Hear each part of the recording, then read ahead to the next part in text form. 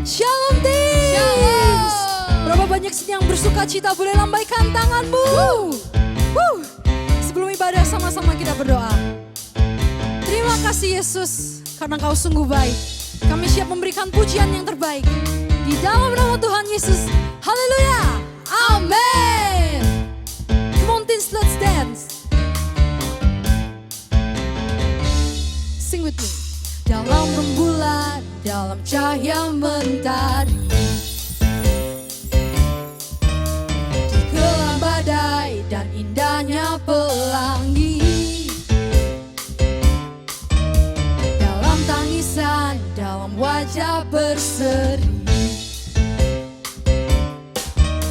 kan ku temukan kasih terbesar bagi dunia ini. Terpaku dan ku takjub akan kasih-Mu yang tergores indah.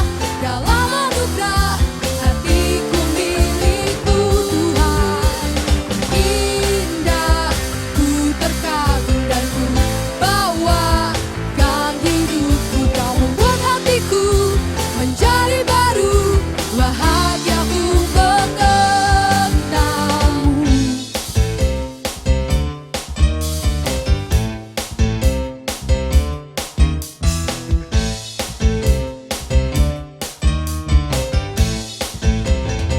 Yang percaya katakan, dalam rembulan, dalam cahaya mentari,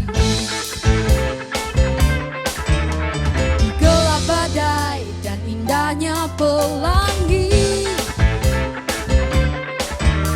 dalam tangisan, dalam wajah berseri, aku temukan kasih terbesar bagi dunia ini.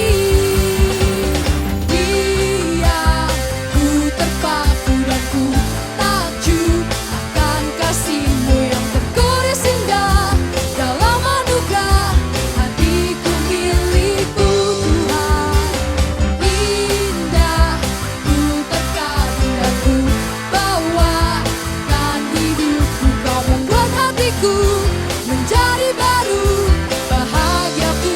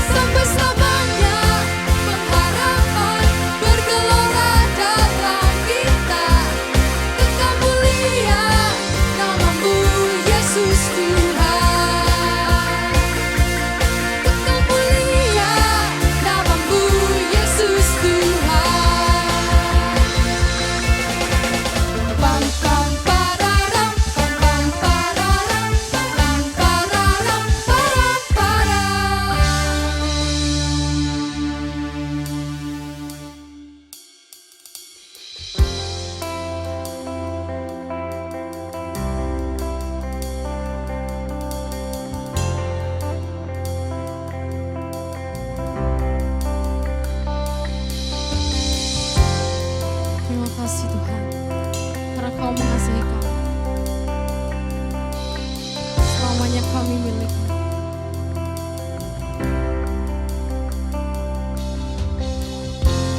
Dalam kesesakanku,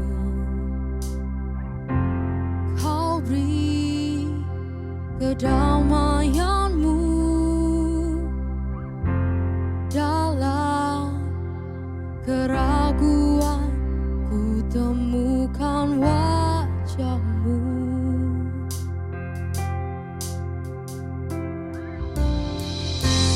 Karena pengorbanan-Mu, Kau jadikanku baru. Sungguh ku terkagum, amanku di dalam-Mu, Yesus. Kau membuatku sesuai rencana-Mu. Kau memegang setiap musim hidupku. Ku serahkan semua kekhawatiranku. Ku milik-Mu.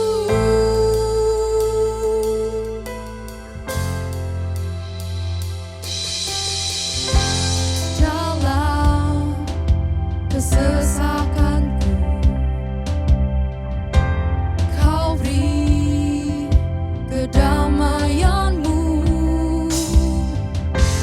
Dalam keraguan ku temukan wajah-Mu.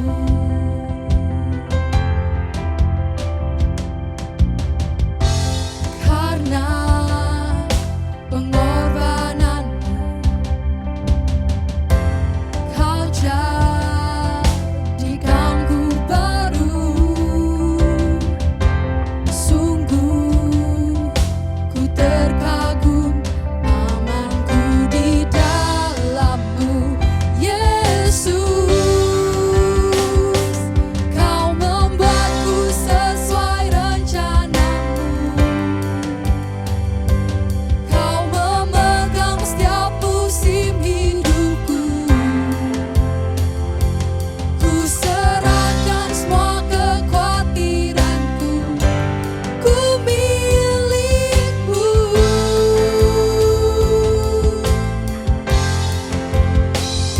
Semua kekuranganku Kau pun tahu. Tetap Kau pandang indah dalam-Mu. Ku angkat tanganku dan berseru, ku milik-Mu.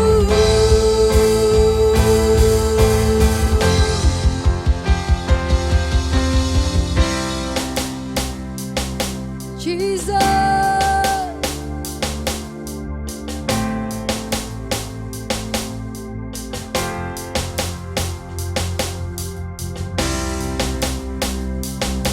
Yes, I am yours. Yes, I am yours, Lord. Come on, then sing with me. I am yours, now forever. In your grace, I surrender. You are mine, now forever. I'm alive in your wonder. I'm yours, now forever.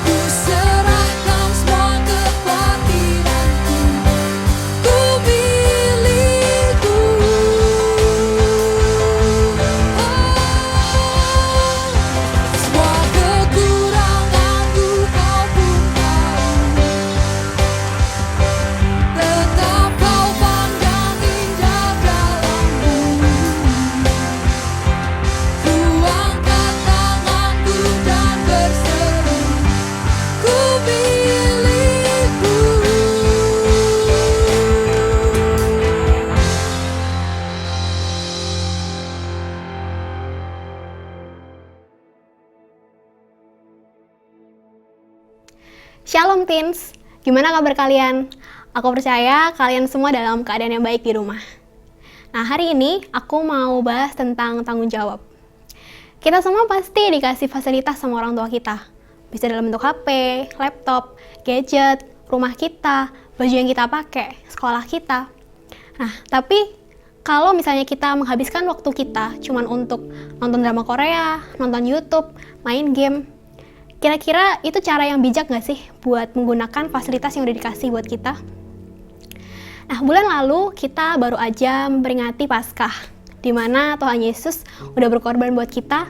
Dia mati, dia disalib untuk menebus kita, untuk menyelamatkan kita. Tapi setelah kita udah diselamatkan, kita dikasih hidup yang kekal, kita dikasih anugerah. Apakah kita masih mau tetap hidup dengan cara yang sama dengan orang-orang dunia? Aku sering dengar kalau kita udah dapat anugerah, kita udah under grace, berarti kita tuh sama aja kayak dapat license to sin. Atau kita boleh berbuat dosa apapun terserah kita. Kita boleh hidup dengan cara apapun yang kita mau. Nah, aku suka sama satu ilustrasi yang dikasih sama senior pastor kita. Jadi coba bayangin, teman-teman dikasih mobil mewah. Sebut aja Ferrari gitu ya. Nah, teman-teman ini dikasih secara cuma-cuma, gratis dan gak usah bayar sama sekali. Nah, kira-kira karena teman-teman udah dikasih itu secara gratis dan gak usah bayar sama sekali, teman-teman bakal pakai mobil itu dengan sembarangan gak sih? Kalian parkir di pinggir jalan sembarangan, kalian pakainya nabrak-nabrak, terus kalian pakai di jalan yang gronjalan, banyak polisi tidunya. Atau karena kalian tahu itu mobil yang mewah, itu mobil yang berharga, itu mobil yang mahal, dan kalau kalian nggak dikasih, kalian nggak bisa punya mobil itu, kalian jadi pakai mobil itu dengan baik-baik gitu. Kalian rawat, kalian jaga, jangan sampai ada yang lecet. Pakai pun jarang-jarang. Yang pertama atau yang kedua? Nah, dari jawaban kalian bisa tahu gimana cara yang benar buat pakai fasilitas yang udah Tuhan kasih buat kita. Pakai fasilitas yang udah Tuhan kasih kita itu kayak keselamatan yang udah Tuhan kasih kita, itu kita nggak pakai dengan sembarangan. Karena asal kalian tahu, keselamatan yang udah dia kasih itu jauh lebih mahal dan jauh lebih berharga daripada mobil Ferrari. Nah, hari ini aku mau kasih 3 poin buat kalian gimana sih caranya kita bertanggung jawab buat fasilitas yang udah Tuhan kasih buat kita. Yang pertama, jadi pelaku firman. Sama-sama kita buka di Yakobus 1 ayat 22-25. Jadilah pelaku firman, bukan hanya pendengar saja. Jika tidak demikian, kamu menipu diri sendiri. Sebab, jika seorang hanya menjadi pendengar firman tapi tidak melakukannya, ia sama seperti orang yang sedang memperhatikan wajahnya yang sebenarnya pada sebuah cermin. Setelah memperhatikan dirinya lalu pergi, maka ia segera lupa seperti apakah wajahnya. Namun, barang siapa meneliti hukum sempurna yang memerdekakan dan terus-menerus bertekun di dalamnya, ia bukan pendengar yang lupa, tetapi pelaku yang bekerja. Maka ia akan menjadi bahagia dalam perbuatannya. Nah, aku mau kasih satu contoh hal yang bisa teman-teman lakukan hari-hari ini. Aku mau tanya nih, siapa di antara kalian yang hari-hari ini jadi kaum rebahan tulen? Nah, sehari ada 24 jam, 18 jamnya dipakai buat rebahan. Nah, aku dulu juga suka banget rebahan, doyan banget rebahan, karena rebahan itu enak. Tapi setelah aku pikir-pikir, sebenarnya rebahan itu bawa dampak positif nggak sih buat aku? Emangnya kalau aku rebahan terus aku jadi pinter gitu, atau aku jadi berkembang? Yang ada bukannya pinter, tapi badannya sakit semua, pegel-pegel. Nah, akhirnya aku memutuskan buat cari hal-hal yang bisa aku lakukan. Dan aku nemuin hal-hal baru yang sebenarnya belum pernah aku lakuin. Dan akhirnya aku melakukan hal itu hari-hari ini. Nah, teman-teman bisa lakuin hal ini nih. Coba terapkan di kehidupan kalian. Coba cari satu hal yang selama ini sebenarnya kalian pengen coba gitu. Tapi karena kalian nggak punya waktu, kalian terlalu sibuk sama tugas kalian, terlalu sibuk sama ulangan kalian, akhirnya kalian nggak pernah lakuin. Nah, hari-hari ini adalah saat yang tepat banget buat teman-teman lakuin hal-hal itu. Jadilah pelaku firman yang pakai waktu kalian dengan bijaksana. Kita lanjut ke poin kedua. Permuliakanlah Tuhan dengan apapun yang kamu lakukan. Kita baca di 1 Korintus 6 ayat 20. Sebab kamu telah dibeli dan harganya telah dibayar lunas. Karena itu, muliakanlah Elohim dengan tubuhmu dan dengan rohmu yang adalah milik Elohim. Coba belajar untuk ngomong dengan baik. Ngomong yang baik sama orang tua, ngomong yang baik sama kakak adik, ngomong yang baik sama teman-teman. Jangan karena teman kalian ngomong kasar, terus kalian jadi ikut-ikutan ngomong kasar. Itu bukan mempermuliakan Tuhan namanya. Coba punya mindset kalau apapun yang kalian lakukan, itu kalian lakukan untuk Tuhan. Dengan begitu aku percaya, apapun yang kalian lakukan itu pasti jadi berkat. Dan itu juga pasti mempermuliakan Tuhan. Poin yang ketiga, jangan permalukan Tuhan dengan hidupmu. Roma 14 ayat 8. Karena jika kita hidup untuk Tuhan. Dan jika kita mati untuk Tuhan. Jadi, baik kita hidup ataupun mati, kita adalah milik Tuhan. Nah, dulu ini waktu aku sekolah, aku punya satu teman yang bandel banget. Dia tuh sering banget bikin masalah. Dan akhirnya orang tuanya jadi sering dipanggil ke sekolah. Nah, menurut kalian nih ya, temanku ini bertanggung jawab gak sih sama fasilitas yang udah dikasih sama orang tuanya? Orang tuanya udah cari sekolah yang terbaik, orang tuanya bayar mahal-mahal buat sekolahin dia. Tapi ternyata waktu di sekolah, dia kayak gitu. Nah, jangan sampai karena kita nakal, akhirnya orang tua kita jadi dicap gak perhatian sama anaknya. Jangan sampai karena kita gak memberkati, akhirnya pemimpin gereja kita jadi dicap ngajarin hal-hal yang gak benar di gereja. Dan jangan sampai karena kehidupan kita, karena ucapan kita, karena apa yang kita lakukan, Bapak kita yang udah baik dan sempurna itu jadi dicap jelek sama orang lain. Nah, aku mau tutup dengan satu kesaksian. Jadi, aku baru aja lulus kuliah. Nah, dan seperti yang kalian tahu, kalau aku mau lulus, itu aku harus bikin yang namanya tugas akhir, namanya skripsi. Dan di situ aku melakukan penelitian, aku harus bikin karya tulis dari penelitianku. Penelitian ini bukan yang kayak di laboratorium terus pakai mikroskop gitu, enggak ya. Tapi aku harus cari gimana caranya aku menerapkan hal-hal yang udah aku pelajari di kuliah ke kehidupan sehari-hari, kayak gitu. Dan aku dulu menargetkan untuk lulus itu 3,5 tahun. Jadi 7 semester. Akhirnya di semester ke-7 dulu, aku udah nggak ambil mata kuliah sama sekali, aku fokus sama skripsiku.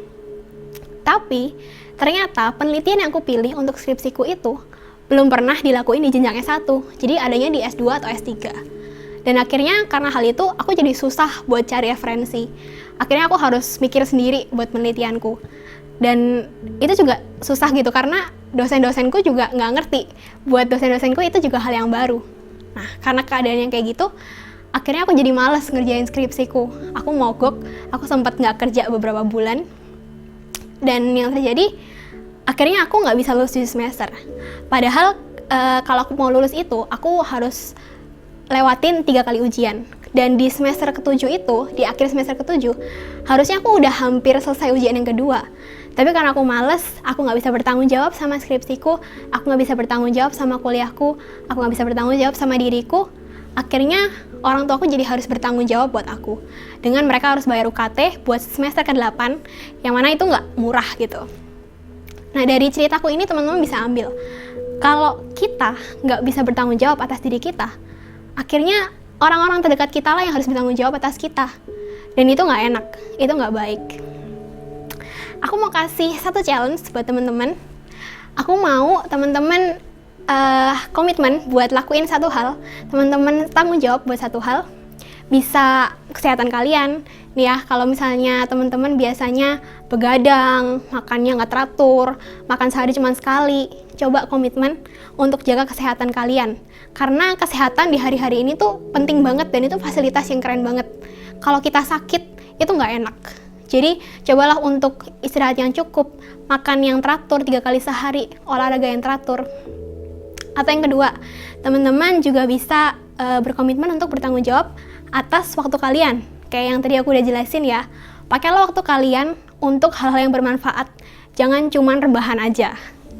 Atau yang ketiga, teman-teman juga bisa bertanggung jawab atas keluarga kalian. Punya keluarga yang harmonis, orang tua yang lengkap, itu fasilitas banget. Coba deh kalian lihat di sekitar kalian, pasti banyak keluarga yang broken home. Dan jadi anak dari keluarga broken home itu nggak enak. Jadi kalau kalian punya orang tua yang lengkap, kalian punya keluarga yang harmonis, itu adalah salah satu fasilitas juga yang Tuhan kasih buat kamu. Coba untuk taatin orang tuamu, hormatin mereka, jangan bantah, sayangin saudara-saudaramu. Atau kalian juga bisa bertanggung jawab atas gadget kalian. Nah, biasanya nih kalau yang cuman pakai gadget buat main game atau nonton drakor, coba deh kalian pakai gadget kalian untuk share kebaikan Tuhan, share hal-hal yang memberkati orang-orang di sekitar kalian. Aku percaya kalau kalian lakukan challenge ini, kalian bisa jadi berkat buat orang-orang di sekitar kalian. Sama-sama kita berdoa. Bapak mengucap syukur buat segala fasilitas yang udah Tuhan kasih buat kami. Mengucap syukur buat keselamatan, buat kesehatan, buat keluarga kami, buat anggota tubuh kami yang lengkap. Kami mengucap syukur buat semuanya itu Bapak. Dan kami mau jadi pribadi yang bertanggung jawab atas segala fasilitas yang udah Tuhan kasih buat kami. Terima kasih Tuhan, kami percaya berkat yang terbaik, penyertaan yang sempurna udah Tuhan kasih buat setiap kami. Terima kasih Tuhan, Teens yang bersukacita sama-sama katakan, amin. Jesus bless you.